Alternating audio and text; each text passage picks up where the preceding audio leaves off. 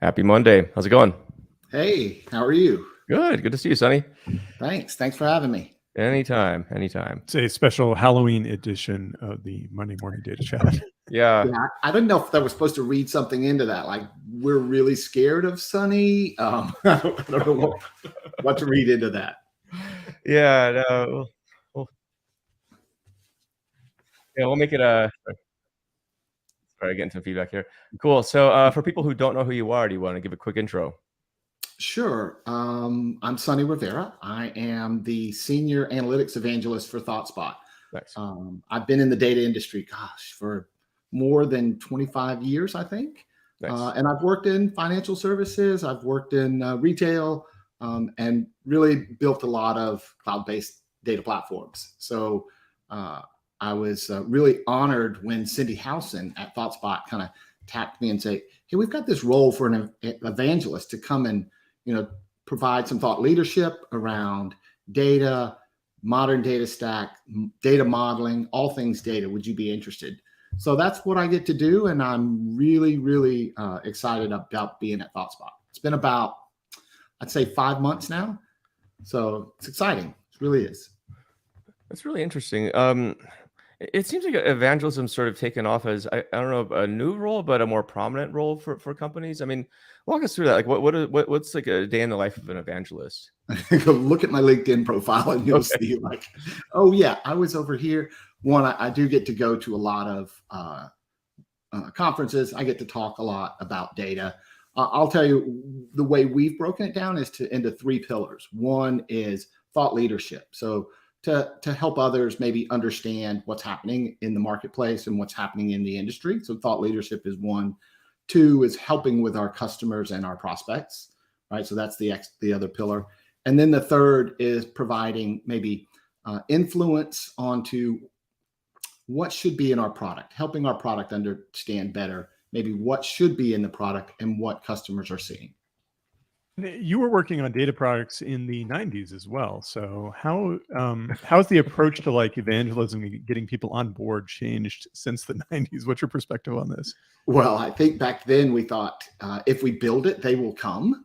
So that was one of those things. And I think the technology just has evolved so much. And it's not just the tech that we see, but the approaches. I feel like I've been through this evolution of software engineering practices, data practices, all the way back from like, hey, let's go from functional programming to object-oriented programming to maybe, service models, now to cloud models, to microservice models. So I feel like I've been through a series of those evolutions. It's really interesting. Let's talk about that too. I mean, the title of today's show is the intersection of software engineering and data, and I think you straddled both sides in your career. I mean, walk us through that. Like, what is the intersection of software engineering and data? Well, let me back up just a second too. I'm going to tell you a little bit about me. So I'm a software engineer at heart, right? I came out of the software engineering space. Some of your audience may be old enough to remember those television guided weapons that we saw in the first Gulf War, like those TV guided. That was me, right? So I wrote the software to process the images and then issue the steering commands to the guidance system to drive those things. And that was a really different world, right? That was like hardware, software right next to each other, writing in the lowest possible language we could write in, sometimes writing in assembly language to get the most performance out of it. But I was always operating on data because we had these big grids of data and say, how do you get, how do I do edge detection and track this particular change that, hey, the weapon is here, it really needs to be there, right? And how do I detect those changes? So it was it's always been about data, right? From my perspective. So I think the change that we see here today is that the data world has often thought of themselves as different, and that, because there's so much data, or because there's data, you have to do these operations.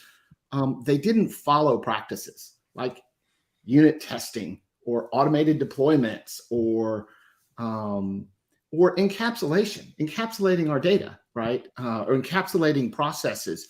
We tend to have these giant pipelines that do everything, right? And not maybe, hey, a semantic layer that in the software engineering world, we would say, hey, we're going to encapsulate something that can be reusable. That's good. Or we're going to encapsulate something that is hard and difficult and complex, and we'll put it in this one spot so we know how to deal with it, right? I think semantic layers are starting to add that in the data world instead of recreating it over and over. So love to hear your thoughts on that, Matt and Joe. Yeah. Semantic layers are an interesting one. I think there's been a lot of progress on this domain. Actually, right before the show, we were kind of talking about how maybe there's still some progress required to integrate proper data modeling into some semantic layer tools. And we're not talking like new technology data modeling and such. We're talking like pretty old practices in terms of having primary keys and things like this. That seems to be kind of the theme, though, too. What I noticed in data is that, I mean, I wrote about this too in some post a while ago on LinkedIn. But basically, if you kind of want to know where the data world's going, just look at where software engineering and lean thinking have been for the last several decades. I think the rise of data ops, for example, right? That's a good example of borrowing practices from DevOps, which actually borrowed all of its practices from lean. And so there's a very direct lineage, and there's obviously some separations, and differences between the two. But it definitely seems like software, because I think it's more immediate. As you say, there's a tighter coupling to outcomes with application development. Like you write an app, kind of has to work because people are using it. Data is much more of it's a bit more nebulous in the sense where, especially with reporting, it's like, okay, so I get data and I make a decision, but what's the feedback loop? Right, between my decision and the outcome, right? Whereas an application and in software, it's like you'll know pretty quickly if the code that you wrote didn't work, because if it's a missile, for example, it's probably a really bad thing. So.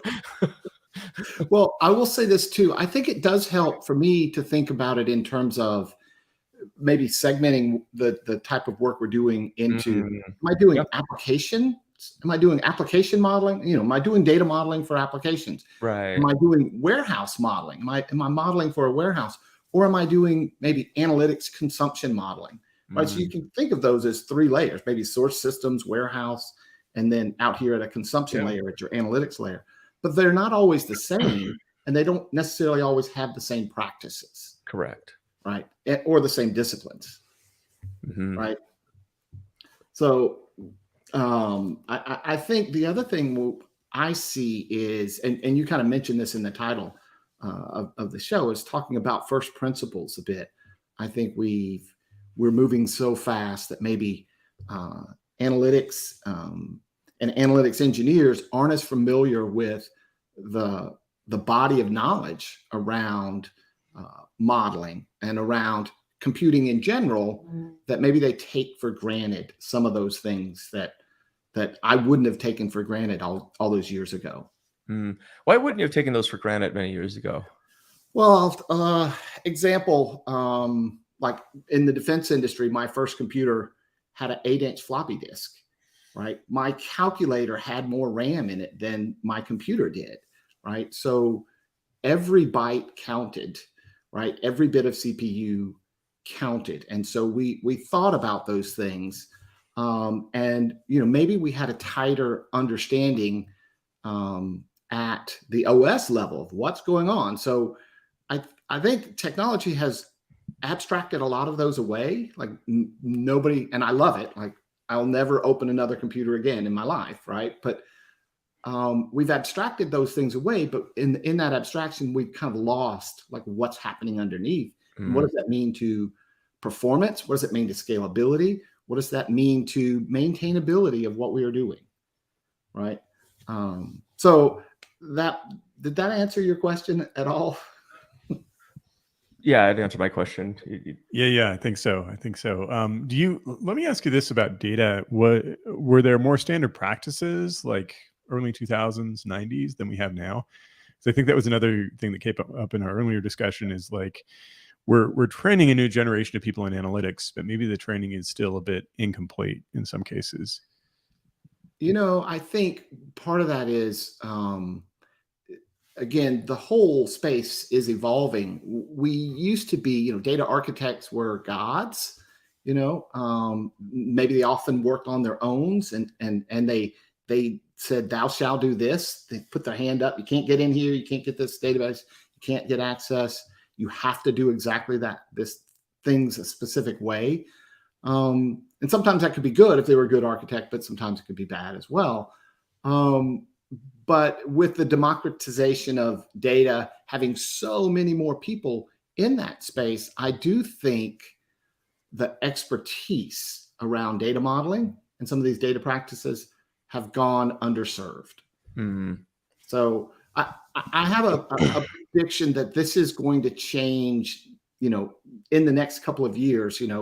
I see Chris Tabb is on the comments here, and he talked about bring back data modeling, right? We did a show on that. There was so much engagement on that show. It still resonates today. People are calling me, emailing me, asking me, "Hey, what do you think about this particular approach in data modeling?" So I do think maybe there weren't, back to your question, Matt, the standards were probably enforced individually, but I hope we get to the point where we have programs where people have a standard body of knowledge. Then they can start, thinking about modeling and adding value to the business and those outcomes. But I also think there were less options available back in the day. So, I mean, you could choose your handful of books, right? So, the big ones are like, COD, if you're into relational modeling, or, Inman, Kimball for data warehousing. And that was basically it, right? You didn't have it's always like having the 3 TV channels back in the day.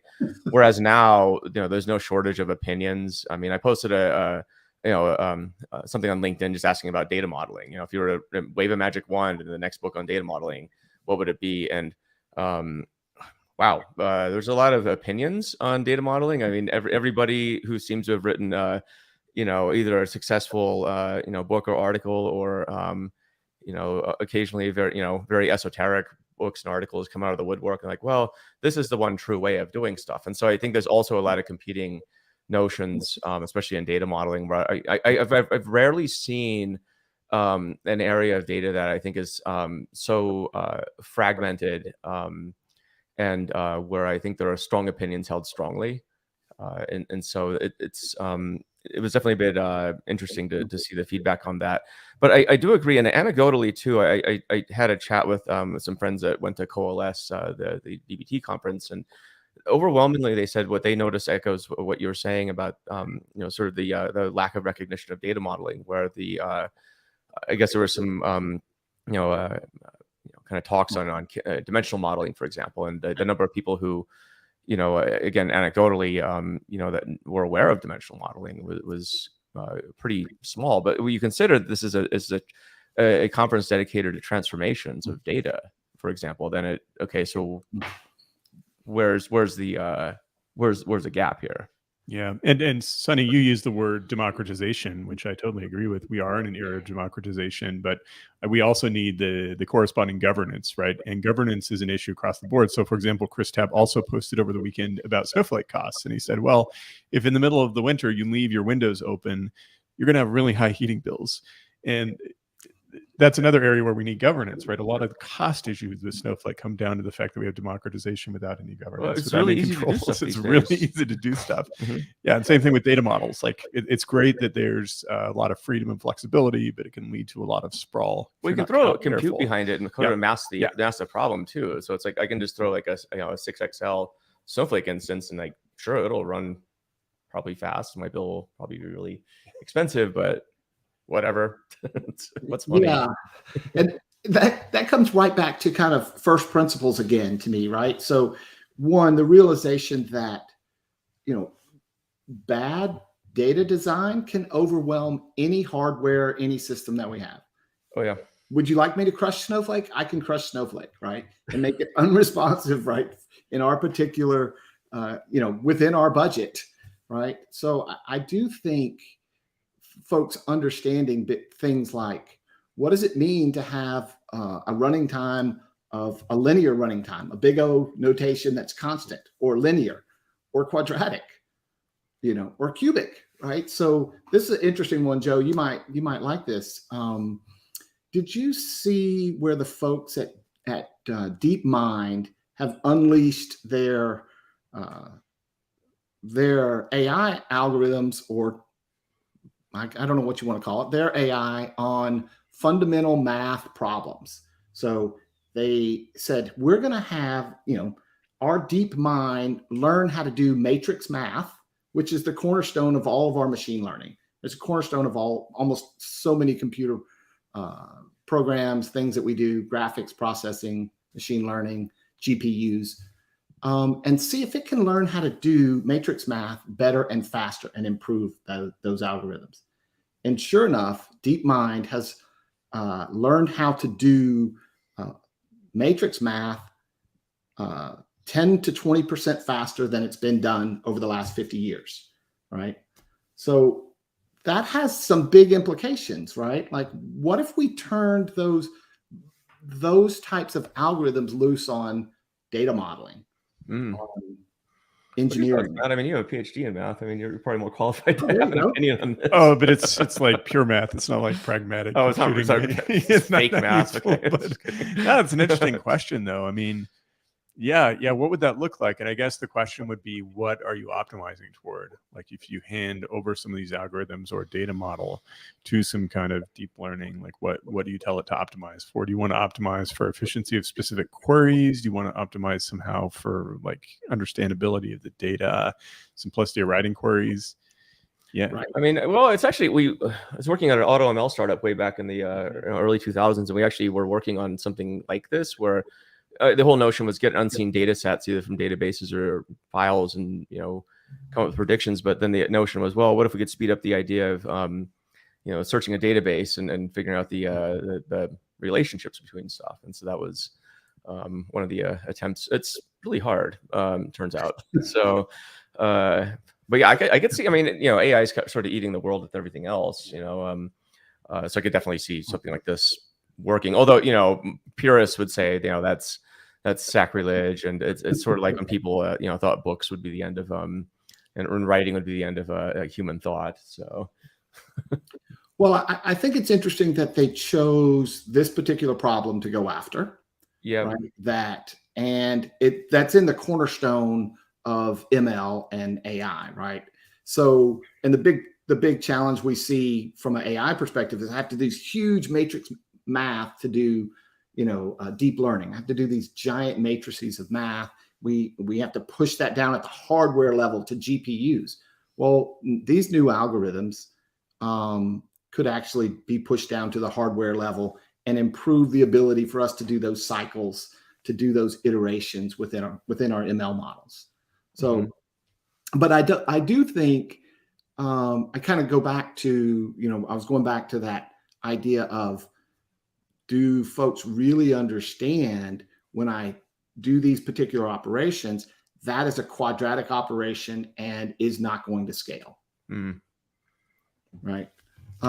So maybe I'm losing the audience a little bit. No, but I think it's a good point, though, because especially when you can now do like iterations over SQL, for example, and certain data modeling tools, it becomes important, because what if you have like 2, 3 inner loops, right? Well, then you're quadratic or cubic time, and then that's you get to deal with that. But if you don't know what that is, right? Like, oh, I'm just doing it because it seems like it's the right thing to do, and it could be, but you just got to understand the performance implications. But again, that's lost. It feels like with data, again, at least in computer science, for example, you learn a lot of the kind of the fundamental principles of how things work. With data, there's really no such training. It's like, okay, so here's how you write SQL. Here's how you make graphs and other stuff. I mean, what else do you learn in data? I mean, we teach data sometimes, but it's maybe sometimes how to. I feel like the training for data is typically very tactical, but it's not very strategic. If you know what I mean, from a technical level too. Now, I'm not talking about like asking business requirements. I'm talking about like, how do you strategically think about designing like a good workflow for data? Like, that's often not understood. Or a data model for the next several years that can evolve, right? Like that's often not understood.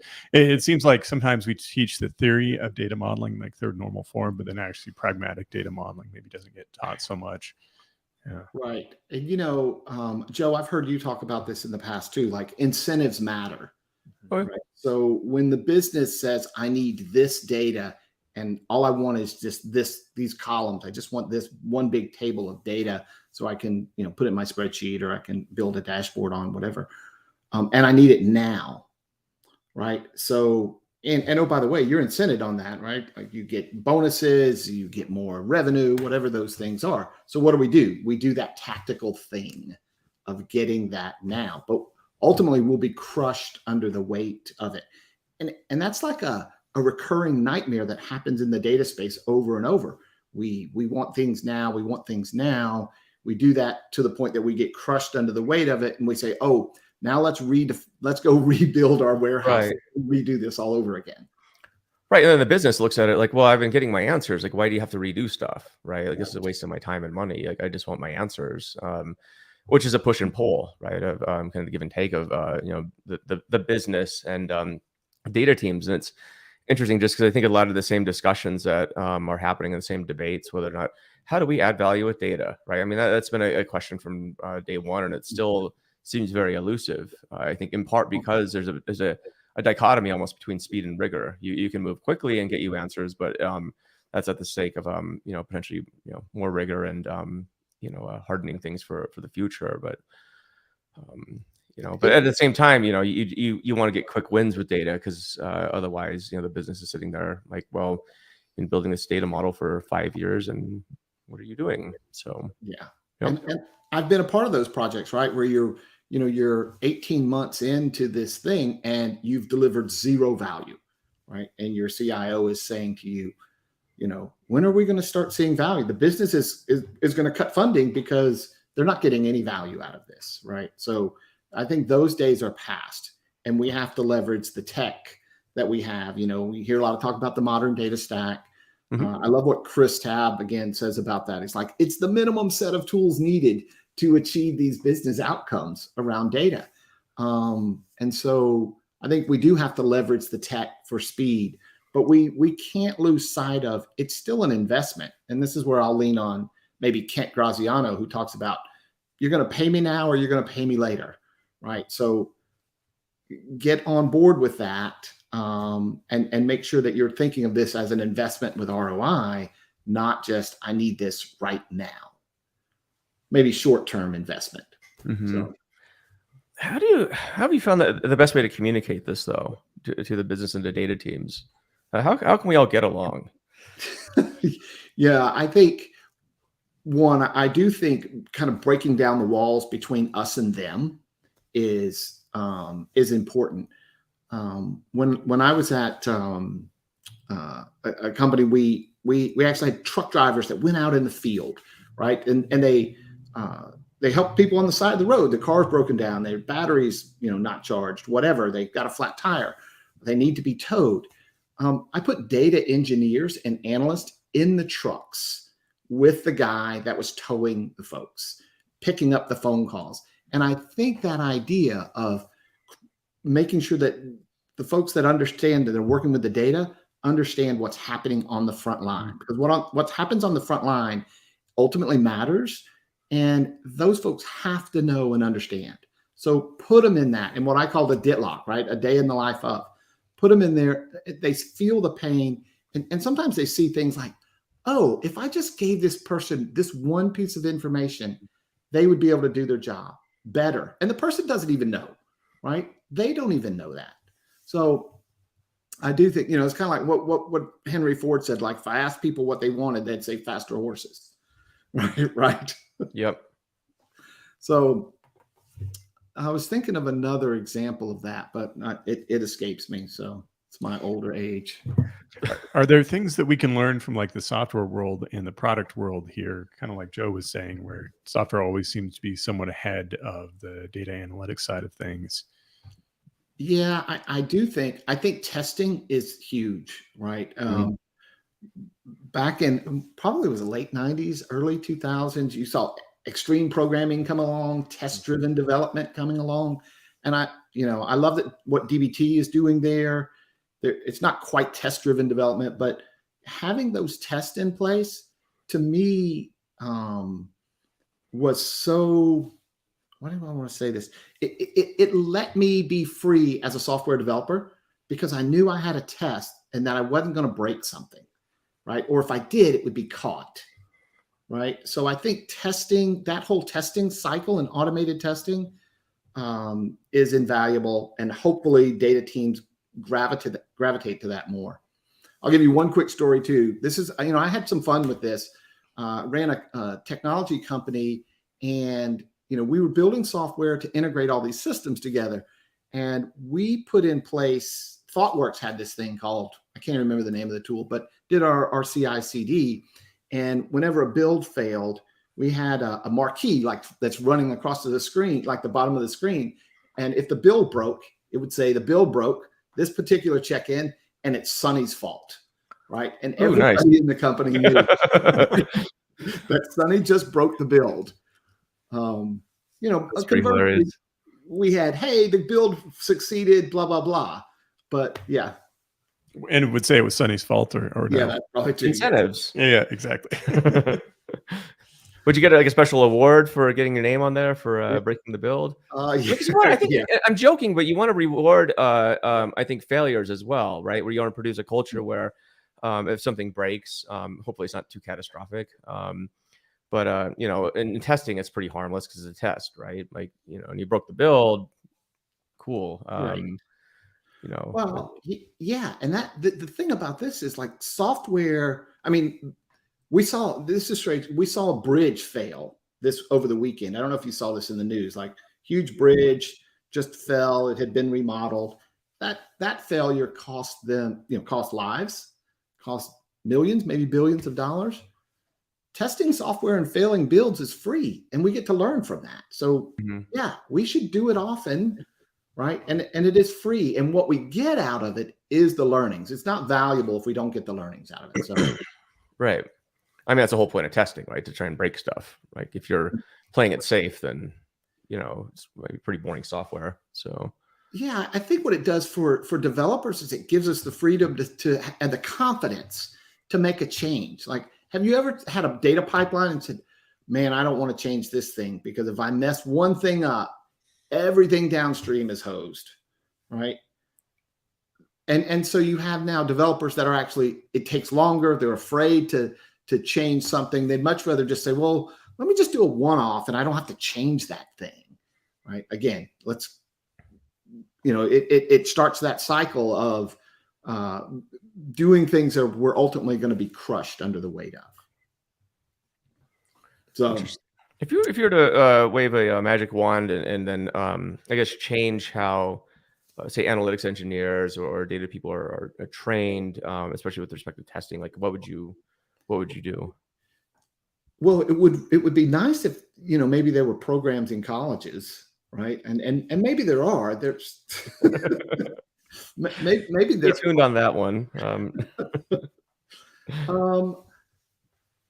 I think that would be great. I also think if you could somehow get the training that went across, the business that understood data to a certain level, right? To the analysts that understood data at a certain level, the engineers that understood data at a certain level, and then, that whole line of security and platform engineering. Because the next biggest hurdle I've seen in data engineering is, security. Oh yeah. Data governance, platform engineering. Those things I've seen just bring programs to a halt.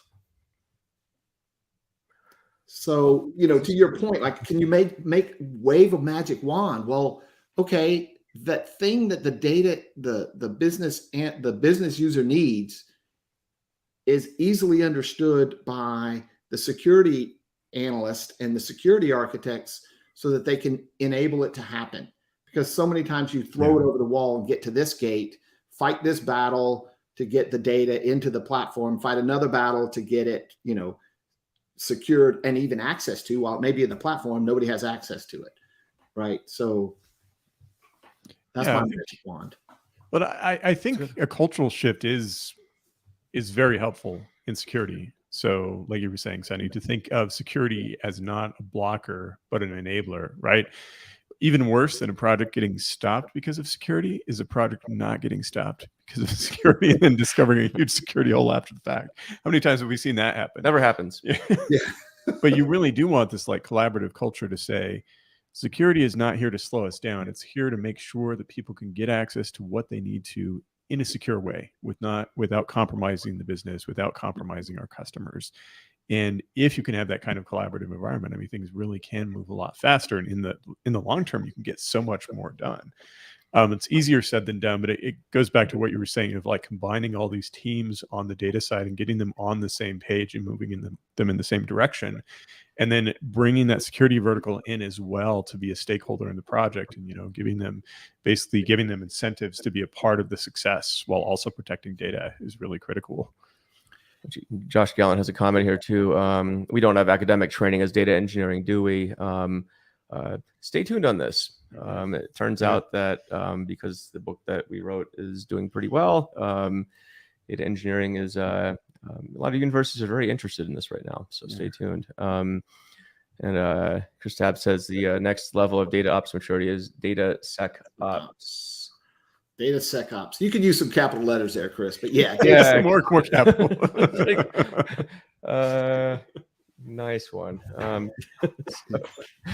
You know, I'll comment on Matt. You know, one of the things I said was like, if these other groups, security, new data, but it goes the other way, right? Their data engineers need to understand from a security perspective what they're asking. Mm-hmm. So it does go both ways. And in the security infrastructure world, I don't know if you guys have heard this term a bit. They talk about shifting left. Right? Yeah. Pushing your security left, right? Okay. I think if data engineers need to understand that, analytics engineers, tooling companies need to understand that, because it does make it easier when your tooling can leverage the governance that you have in place already. And it just kind of easily flows instead of recreating it or doing service accounts or whatever else that is a huge security gaping hole. We see data engineering shifting left too. I think that's our premise, where it has the word data in it, but I think just the tighter integration with software engineering, for example, and the people creating the source data and managing the source systems, that's becoming more paramount. And to the point, I guess it may be indistinguishable at some point. I think software engineering is becoming more data oriented and vice versa. I mean, that's just sort of how it seems to be going. So, which I hope it's the way it's going. I don't know. Because it feels like right now data engineering sort of exists on its kind of own island or silo. Even though we again wrote the book on it, I don't really have a vested interest in terms. At the end of the day, these things change.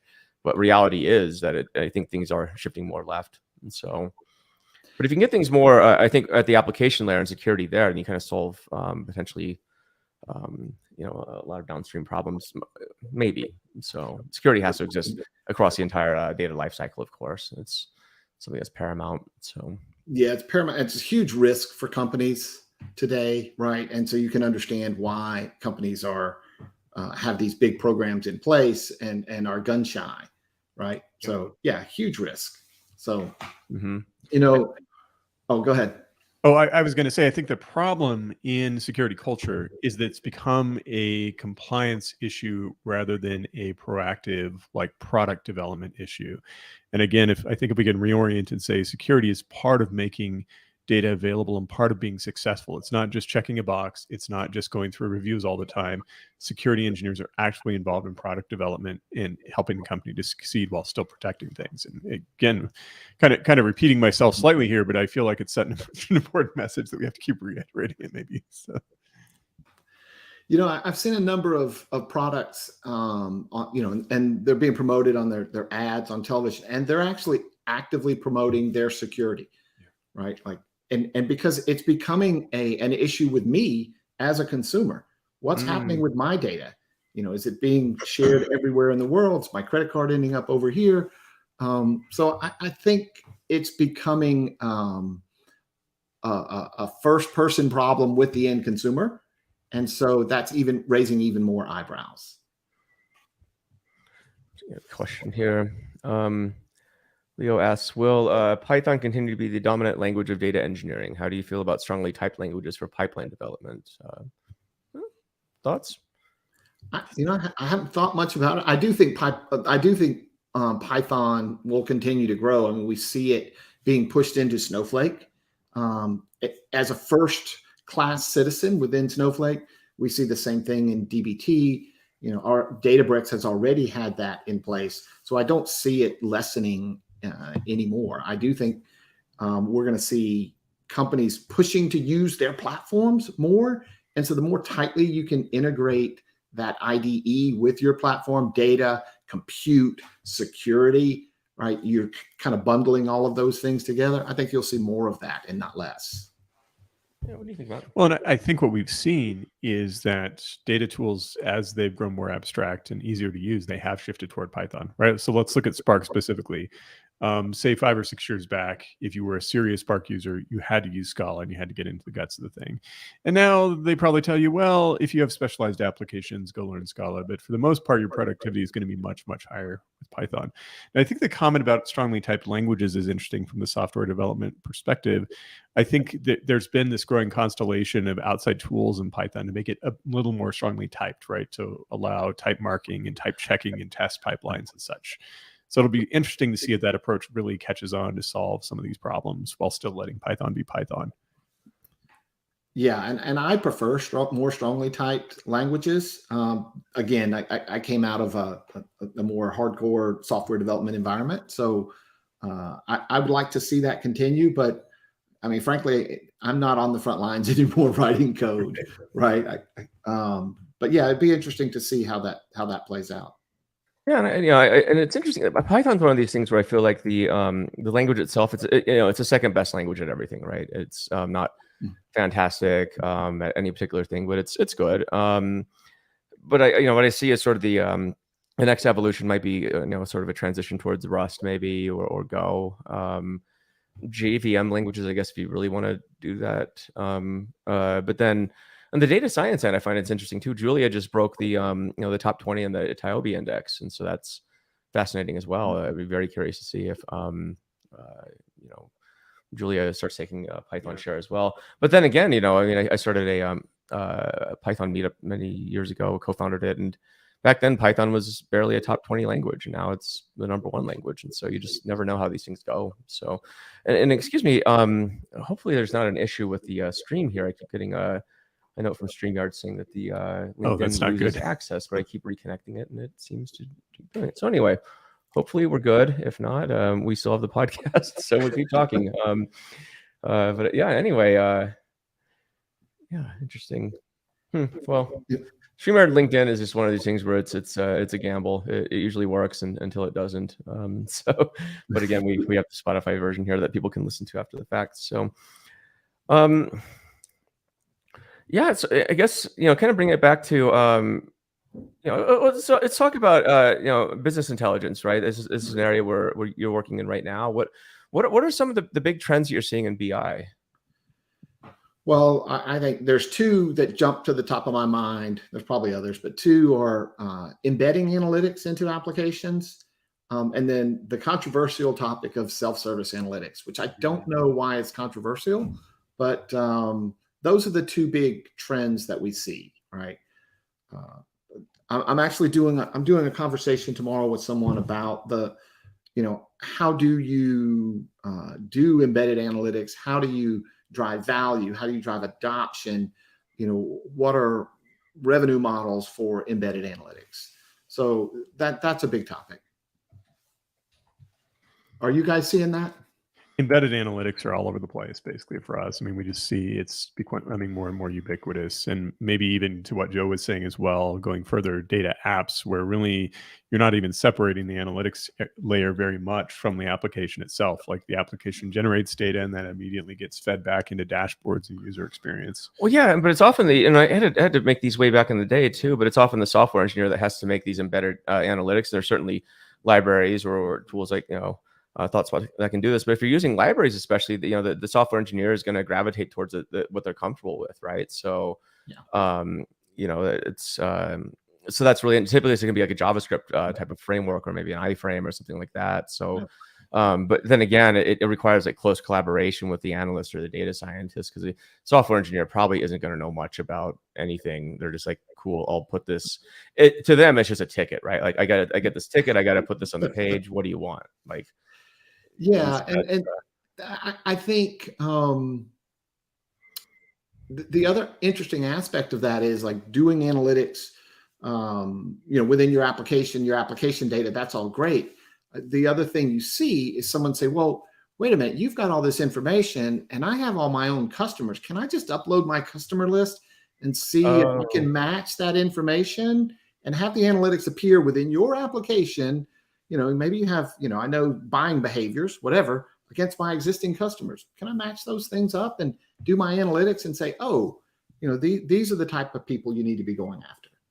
Interesting. So I think you see that the mixing, and another trend in data might just be outside of BI, might be data sharing, right? I think the way we share data, obviously privacy of that, but data marketplaces and the ability to share data seamlessly without FTPs, without this complexity, will have big implications on embedded analytics, because all of a sudden I can get weather predictions. I can get outputs of machine learning models and forecast integrated into my embedded analytics that I'm serving up to my customers.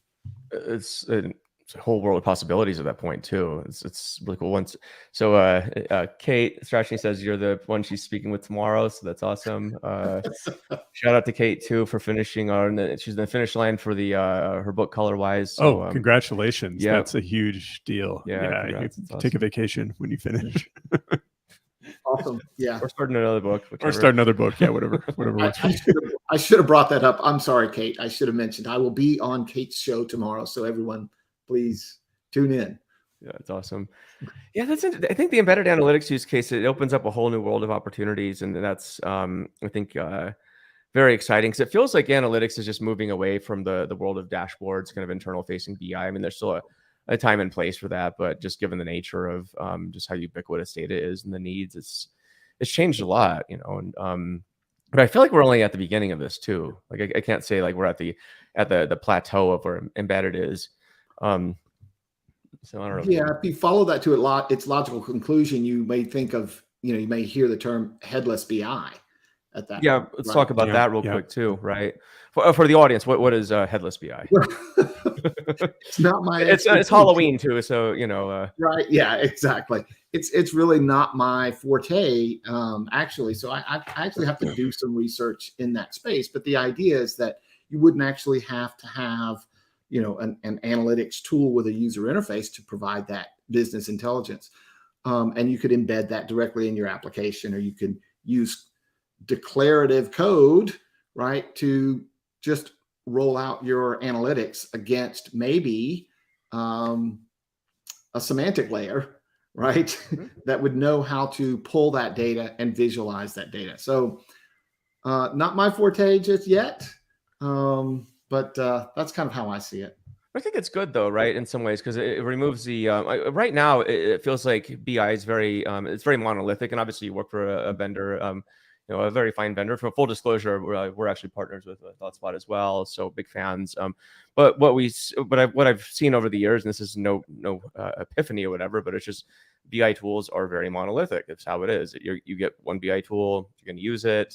That's kind of how it is. Headless BI, I think, opens up a lot of possibilities where now I can say, okay, I'm going to define my data here, and I can kind of use whatever implementation detail after the fact. I think that's pretty game changing and pretty cool. So, I think I don't think it's on us, but I think it's a trend that's coming, right? And semantic layers to me are a part of that.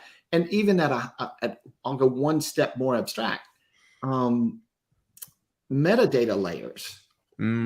That just wrap in general. So your semantic layer is effectively a metadata layer around your models and your semantics. But you can go another step higher and just have metadata layers for almost everything. How do my tools integrate?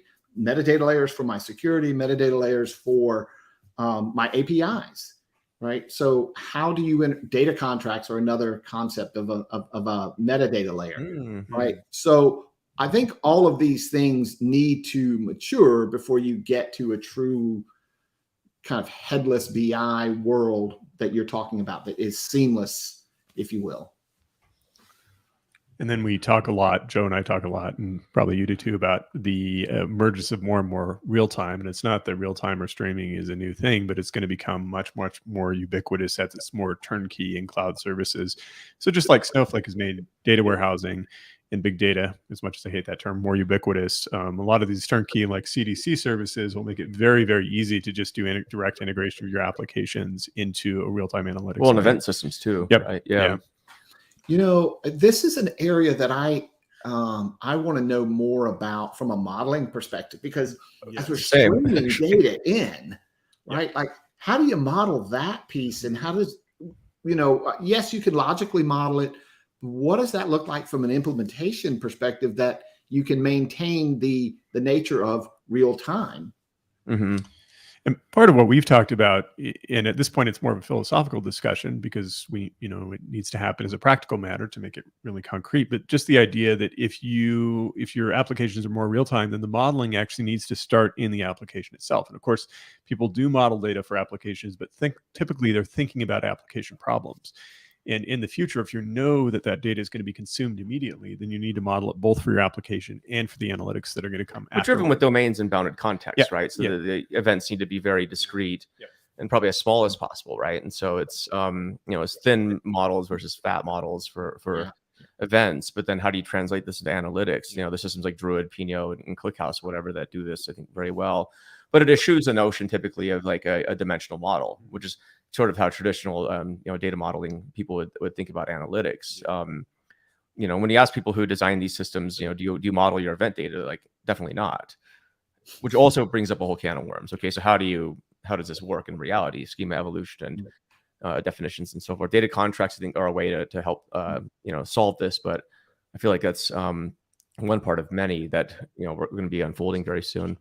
So I think you're right. I do think having that kind of bounded context, modeling it at the application layer, prepared for it to be headed into analytics. And then I think if you have that, again, you get back to that metadata layer, right? So you're going to need some tool agnostic way to communicate how to interact with this data, whether it's real time or whether it's batch. Was Raghu's article from a couple of years ago? Remember Raghu Murthy? Metadata first architecture and so forth. I think he was onto something back then with that too. Well, and I think there has been a big shift toward more integration, right? Like, we think about tools like Informatica that could do a lot of this stuff, maybe not real time, but they were monolithic. And in the cloud, you have to assume that you're going to have data in a lot of different places. And you need orchestration and metadata management across a lot of different systems. And that's kind of one of the big challenges of our era. Actually, Veronica has a good question here. She's late to the party, but how do you integrate real-time data with other data? Oh, this is fun. Matt, you want to talk about maybe an early attempt at this called Lambda?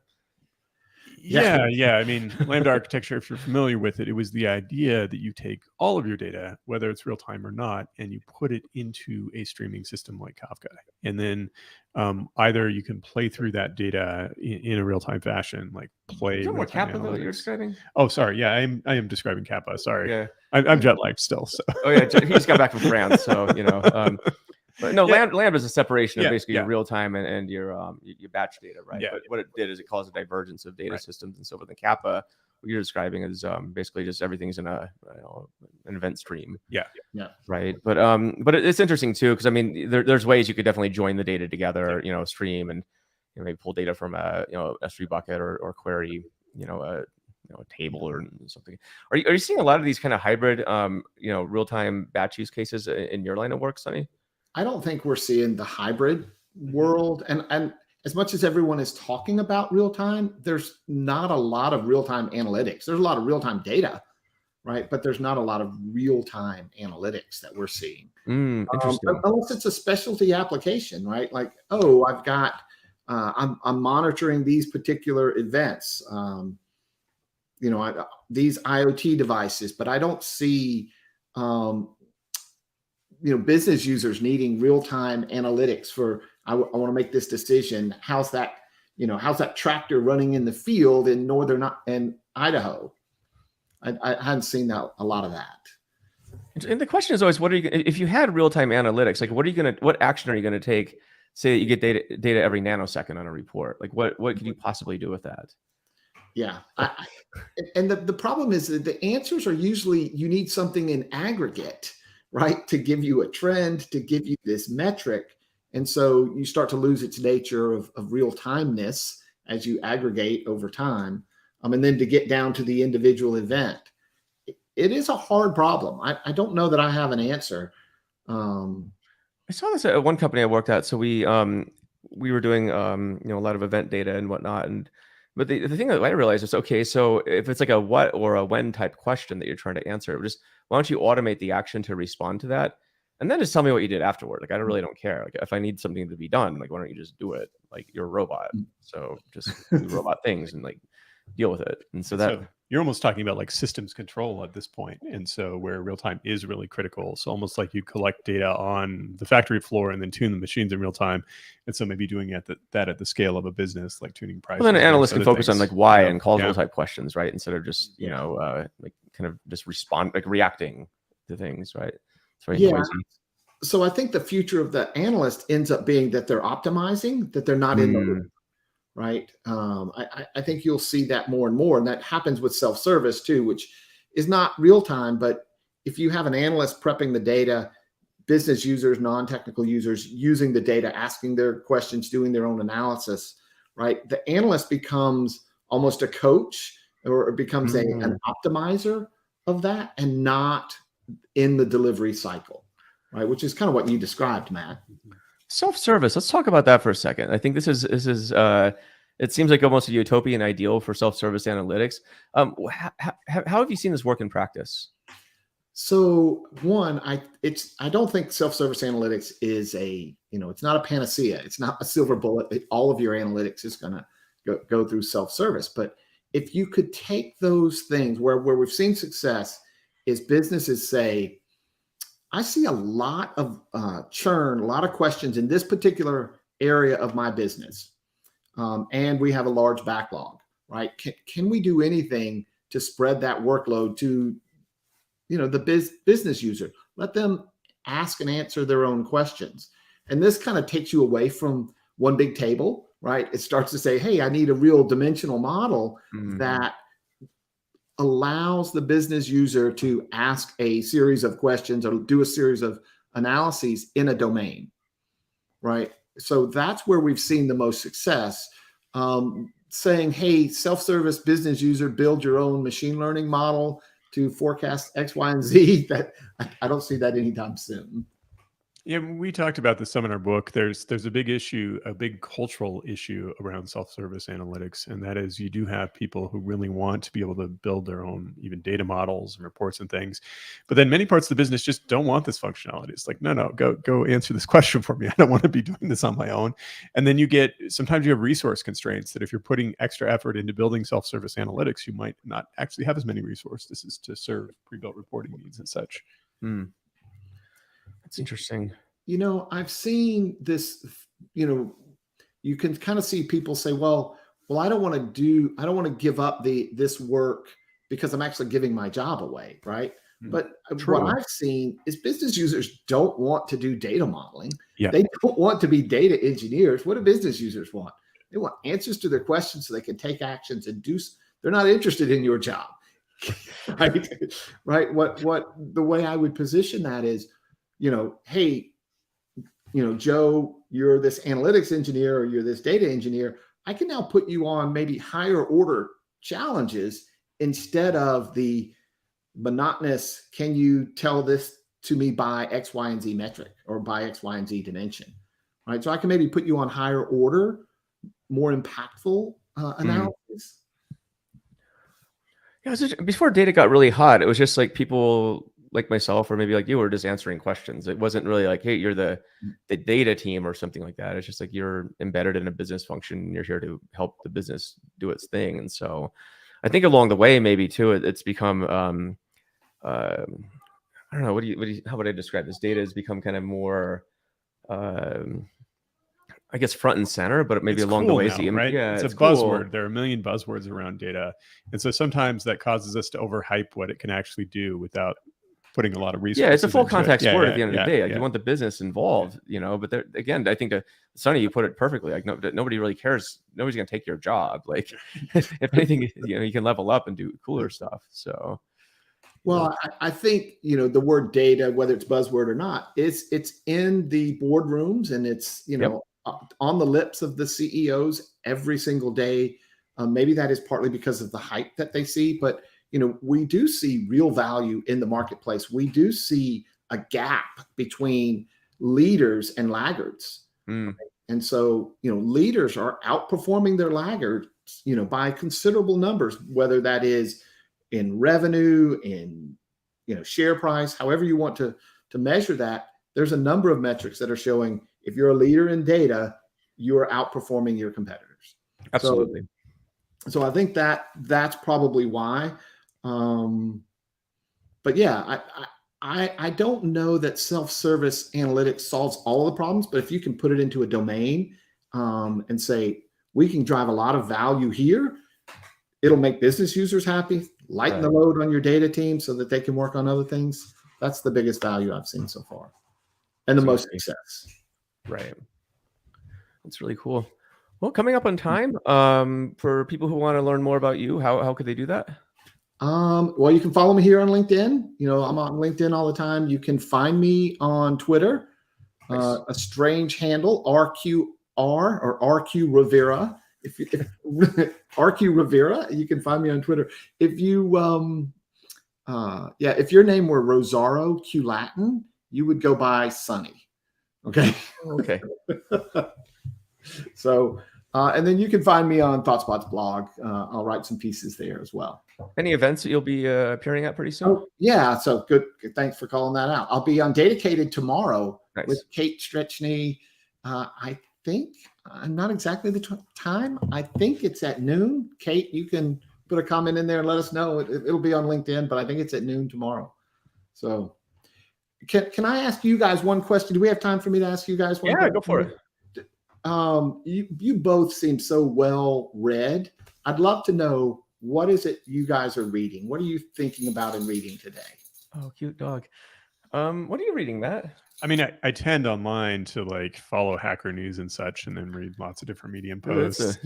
Oh yeah, you can like definitely writing the lightning on that one. Yeah, well, jeez. I mean, I think everyone does that. A lot of stuff on LinkedIn, obviously, and then a lot of it is just maybe conversations as well. I mean, what do you think? Yeah, you a book guy? Are you an article guy? Like, what do you? It tends to be more articles these days. Okay, yeah. And I tend to be more book focused, and so I probably have probably 3 books in rotation at any given time. So, you know, yeah, I don't know. If you look at my book collection, I mean, so I'm reading a really good book, The Joy of Compounding right now, by Gautam Bade. He actually lives here in Salt Lake City. I want to get lunch with him sometime. One of the best books I've ever read, actually. It's just a book about value investing, but also sort of the you know, the traits of a good value investor and just a lifelong learner and that kind of thing. Yeah, I don't know. I read a ton, so it's scary. How about you? Yeah, I probably have a couple of books. There's one I'm actually rereading I love, and so I make this reference for everyone. It's called Algorithms to Live By. Have you read this book? I have not. No, it's in my got it on my Kindle. I hope to read it at some point. It's really about how computer scientists think and how you can apply that to your everyday world. That's cool. Not the other way around, right? So so it lets me justify to my wife why I have a huge stack of books next to my bed and I don't organize them onto a shelf. Right? That's one I'm reading. And then I'm actually, I don't know, I reread stuff over and over again to try to get them. I'm reading a book on data storytelling again. So that's an interesting topic. Yeah. And so for another time, I think we're probably getting up on time, but yeah, that would be my comment here was, I'm a technologist, and I really thought back in the day, I knew this metric. I could tell you something. Maybe I show you a line chart, and maybe I had these other metrics, but in my mind, I related them together and I knew the story. It wasn't until later in my career that it was like, Sonny, you have to be able to craft a story around this for people to get what you're saying. Kate's asking what book you're reading on data storytelling. Oh, there we go. I have to pull from the stack. There you go.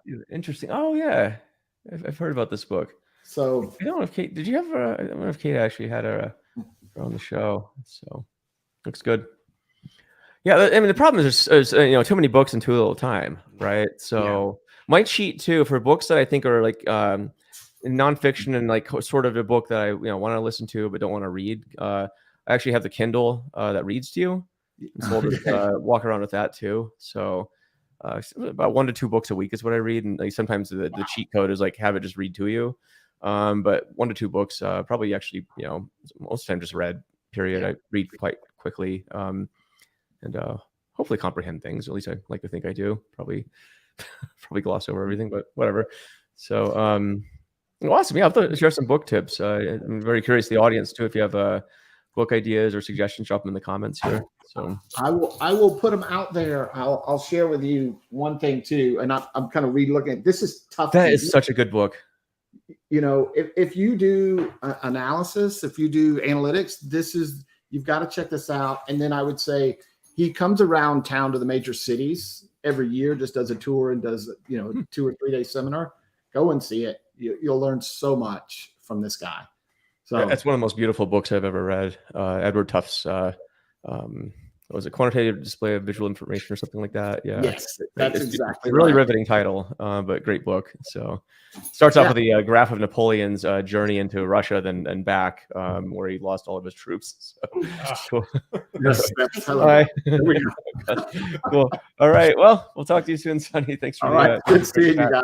All right. Take care. Take care. Bye-bye. Bye.